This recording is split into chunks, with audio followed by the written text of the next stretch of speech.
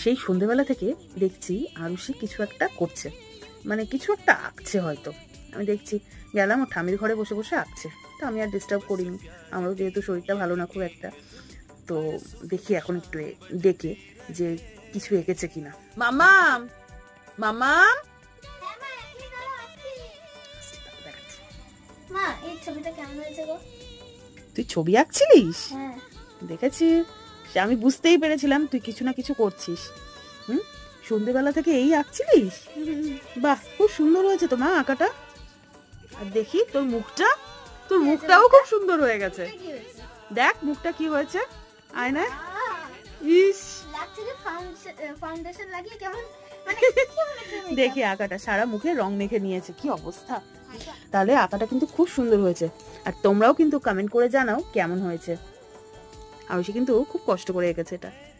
Tata.